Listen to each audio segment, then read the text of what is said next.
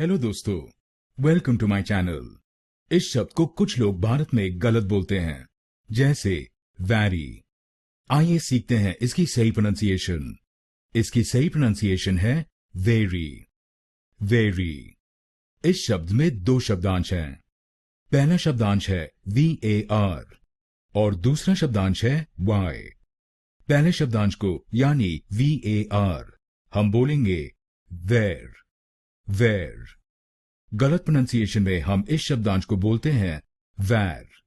तो इस शब्दांश को वैर नहीं बोलिए, इसको बोलिए वेर। वेर। और दूसरे शब्दांश को यानी वाई को बोलेंगे ई। ई।